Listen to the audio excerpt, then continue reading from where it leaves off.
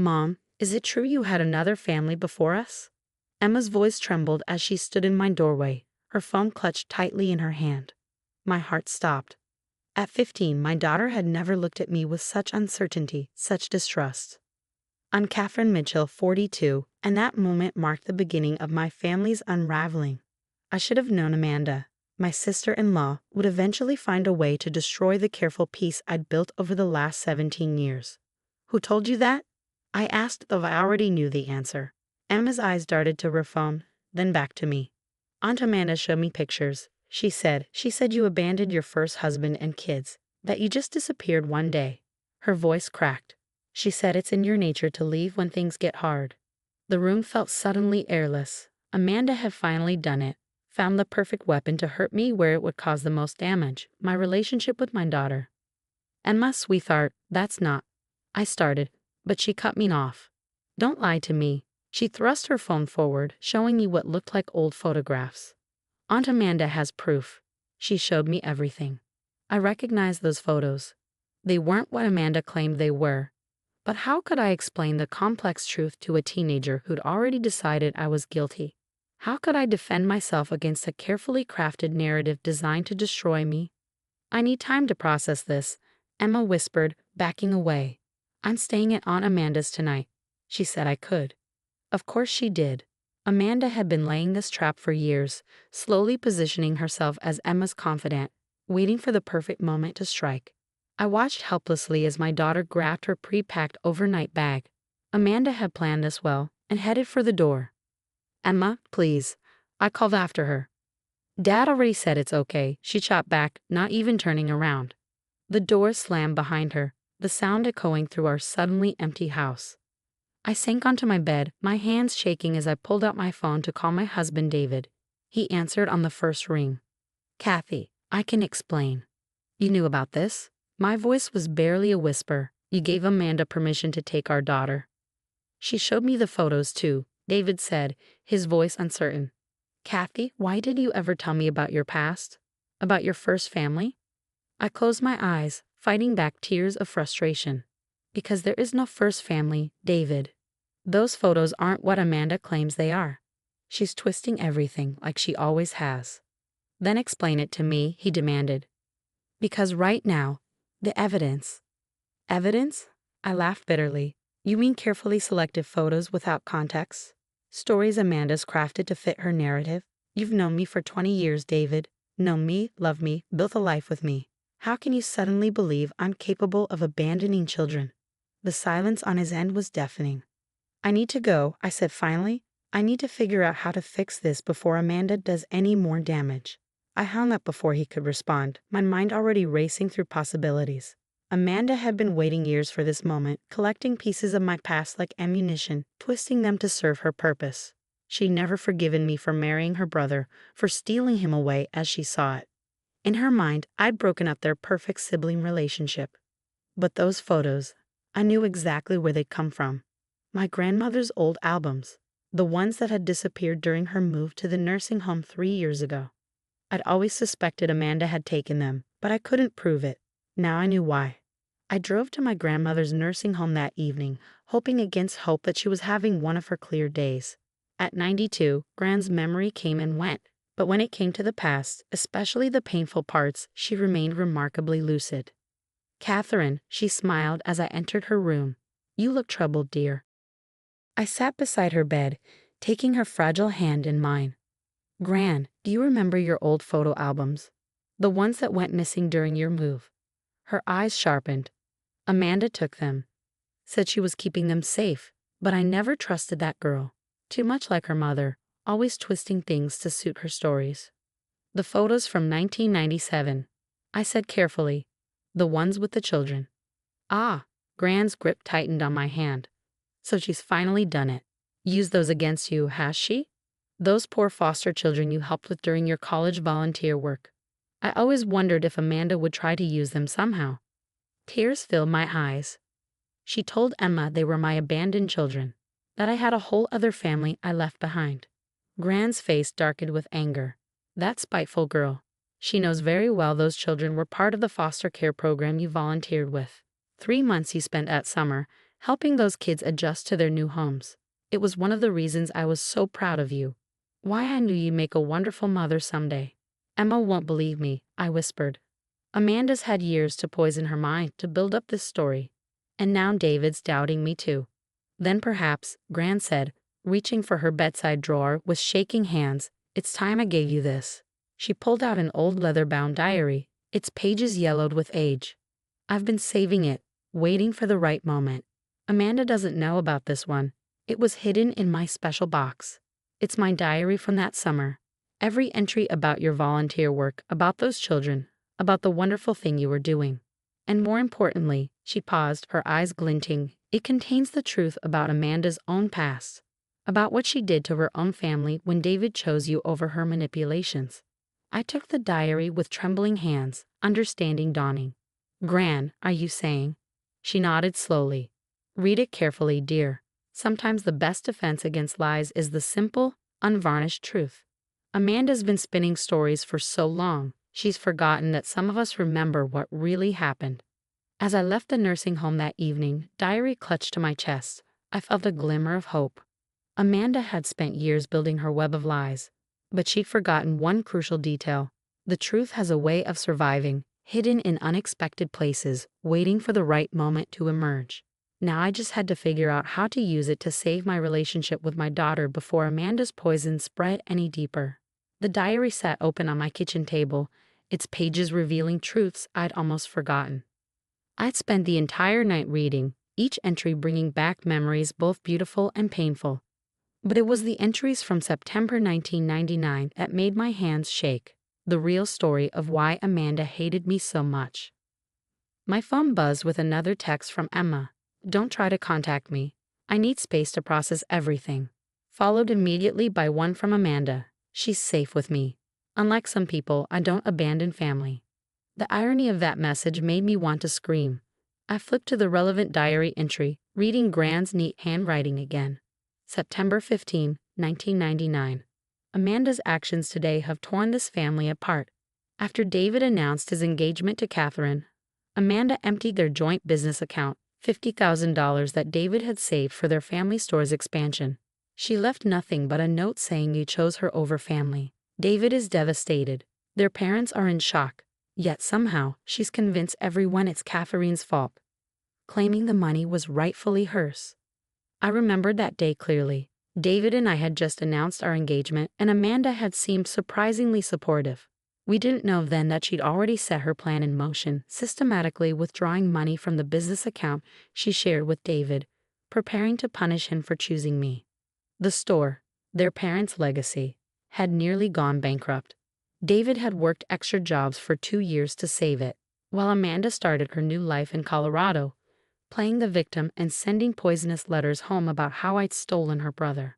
A knock at my door startled me from my memories. It was David, looking exhausted. "Can we talk?" he asked, his voice rough. "Emma's messages are getting more upset. She's saying she wants to live with Amanda permanently." I let him in, leading him to the kitchen where Gran's diary lay open. "Before we talk about Emma, there's something you need to see." He sat down heavily, picking up the diary. "What is this?" "Your grandmother's diary. The one she kept during everything that happened. Read the September entries." I watched his face as he read, saw the old pain resurface as he remembered the betrayal he tried so hard to forget. "I'd almost convinced myself I was remembering it wrong," he said finally. "Amanda's told her version so many times." "That's what she does," I said quietly. "She twists the truth until even we doubt our own memories, and now she's doing it to Emma." David continued reading, his face growing darker with each page. "There's more here, about Amanda's first marriage. I didn't even know she was married before Greg." I nodded. "Keep reading." The entry he'd reached was from 2001, 2 years after Amanda had left with the money. Gran had kept tabs on her through family connections. Amanda's husband Thomas filed for divorce today. He discovered she'd been lying about her past, claiming her brother had stolen her inheritance and forced her out of the family business. She'd used this story to convince Thomas to invest his savings in her new venture. When he learned the truth, she disappeared with his money too. Just like with David. David looked up, his face pale. "She did the same thing to her first husband. Why didn't anyone tell me? Because she convinced everyone it was all lies spread by her jealous ex, just like she convinced them I was the reason she took your money. And now she's using those foster children photos to create another lie, making Emma believe I abandoned a family. David ran his hands through his hair, frustration evident. But why now? Why target Emma after all these years? I pulled out my laptop, opening my email. Because of this. 2 months ago, your parents updated their will. They're leaving the family store to Emma when she turns 25. Amanda found out last week. Understanding dawned on David's face. She's turning Emma against you, so she can influence her, I finished. She's playing the loving aunt, the only one telling Emma the truth about her mother. And when Emma inherits the store, Amanda will have another chance to get what she thinks she deserves, David said bitterly. My phone buzzed again. Another message from Emma. Aunt Amanda showed me more proof. Pictures of you with your other daughter. How could you never tell me I had a sister? I showed David the message. The foster girl from the summer program. Her name was Lucy. She was 6 years old and had just lost her mother. I spent 3 months helping her adjust to her new foster family. Amanda's turned it into another weapon.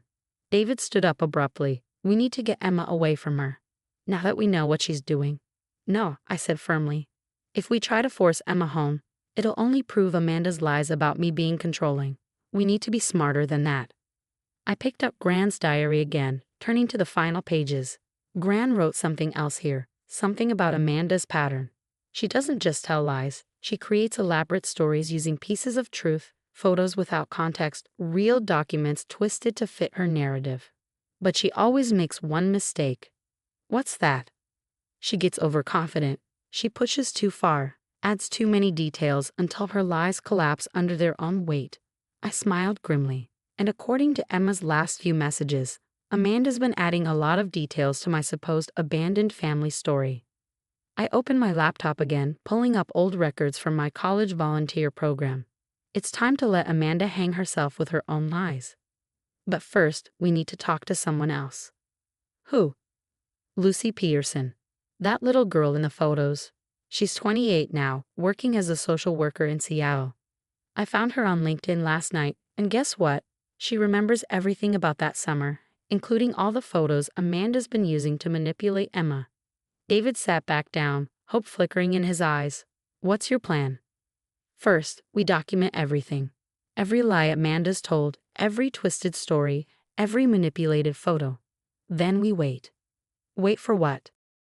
I showed him Amanda's latest social media post, a long detailed story about how she was supporting her niece through the traumatic discovery of her mother's past, complete with carefully edited photos and vague references to my other family. We wait for her to make it all public, to commit fully to her lies, because once she does, I held up Gran's diary, we can show everyone, especially Emma, exactly how history is repeating itself. David reached for my hand, squeezing it tightly. I should have seen it sooner, should have remembered what she's capable of. We all wanted to believe she changed, I said softly, but now she's targeted our daughter, and that's something I won't forgive. As if on cue, another social media notification popped up. Amanda announcing a special family dinner for tomorrow night, where she promised all truths will be revealed. I smiled grimly. Perfect, she's setting the stage for her own undoing. Little did Amanda know she wasn't the only one with old records and revealing documents. Sometimes, the best way to fight a carefully constructed lie is with simple, unvarnished truth, and I had 17 years worth of it ready to deploy. The family dinner at Amanda's house felt like walking into a carefully orchestrated trap. The table was set perfectly, photos strategically placed on the sideboard, images from my volunteer summer, arranged to look like a family timeline. Emma sat beside Amanda, barely meeting my eyes as David and I entered. But Amanda hadn't noticed the small recorder in my pocket or the fact that Lucy Peterson was waiting at a nearby hotel, ready with notarized statements and original photographs from that summer. Most importantly, she hadn't noticed Gran's diary in my purse. Welcome, Amanda smiled, all warmth and concern. I thought it was time we all talked openly about everything. Emma deserves to know her full family history. I took my seat, noting how she positioned everyone. Emma far from me, closest to her. David's parents sat looking uncomfortable, clearly unsure about this whole situation. They'd arrived early at my request, armed with the truth about their daughter's past actions. Yes, I agreed calmly. Let's talk about family history. Amanda's smile faltered slightly at my tone, but recovered quickly. Emma, sweetie, why don't you show everyone those photos we found? Emma pulled out a stack of pictures, her hands trembling slightly. These are Mom with her other daughter, and her first husband. I waited as the photos were passed around. Pictures of me with Lucy, with other foster children, with the program coordinators. Amanda had carefully removed anything identifying them as part of a volunteer program. Actually, I said quietly, why don't we start with a different story? One from September 1999. Amanda's head snapped up, her eyes narrowing. That's not relevant, though. It's very relevant, David's father interrupted, finally finding his voice. We should have told this story long ago. I opened Grant's diary, but before I could read, Amanda stood up abruptly. This is about Catherine's abandoned family, not ancient history. There is no abandoned family, I said firmly, pulling out my phone. Lucy, would you like to join us? The door opened and Lucy Peterson walked in, now a confident young woman but with the same bright eyes I remembered from that summer. Amanda's face went pale. Hi everyone, Lucy smiled. I'm Lucy Peterson, and 22 years ago, I was a 6-year-old foster child who had just lost her mother. Catherine was my summer program volunteer, helping me adjust to my new foster family. Emma's head jerked up, confusion crossing her face. But, Aunt Amanda said. Your Aunt Amanda lied, Lucy said gently. She took photos from a volunteer program and created a false narrative. I still have all the original documentation, including the program certificates and group photos with dates and titles. Amanda tried to interrupt, but David's mother spoke first. Just like you lied about why you took the money from the store, Amanda. Just like you lied to Thomas. Mom. Amanda's voice rose. You promised never to mention. I opened Grant's diary, finding the marked page. September 15, 1999. I read aloud. Amanda's actions today have torn this family apart. As I read Grant's account of Amanda's theft, her manipulation, her calculated destruction of her brother's business, Emma's face changed from confusion to shock to anger. You told me Mom was the one who ruined the family business, she whispered, turning to Amanda. You said she turned everyone against you. I was protecting you, Amanda insisted. You needed to know what she's capable of. What you're capable of, you mean? Lucy interjected, laying out official documents from the volunteer program. These are all the original photos, with dates and context. Catherine spent that summer helping children in crisis. She didn't abandon anyone. She helped us find stability. Emma's hands shook as she compared the original photos with Amanda's edited versions. You cropped out the program logo. You deleted the group photos. You lied to me. Emma, sweetheart, Amanda reached for her, but Emma jerked away. Don't touch me. You made me doubt my mom. You made me say horrible things to her. I wanted to go to my daughter, but I knew she needed to process this herself. Instead, I pulled out one final document, Amanda's recent bank statements obtained legally through David's parents. Would you like to tell everyone why you suddenly took such an interest in Emma's relationship with me?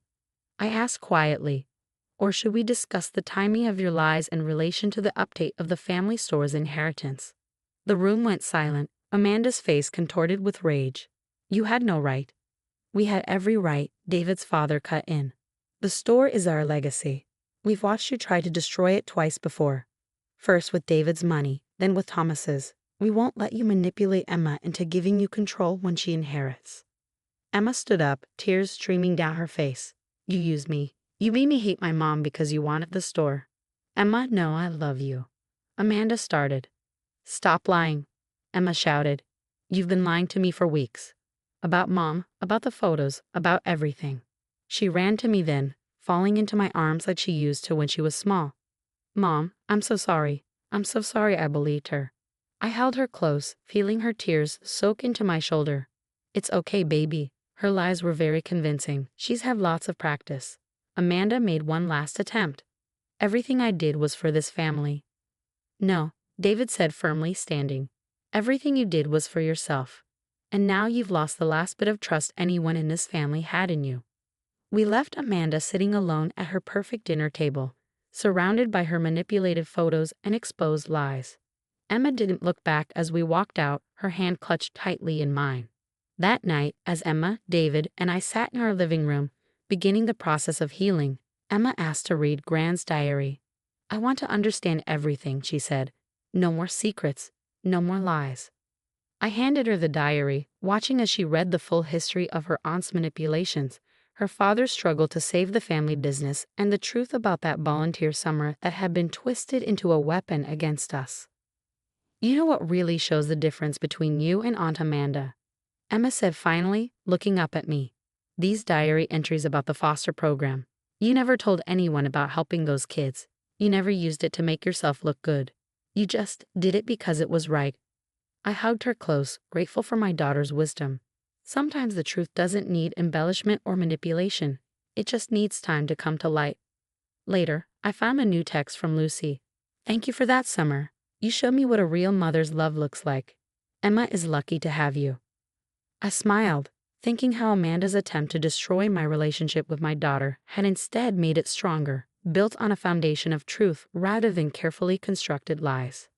Sometimes, the best revenge against manipulation isn't more manipulation. It's simply letting the truth speak for itself.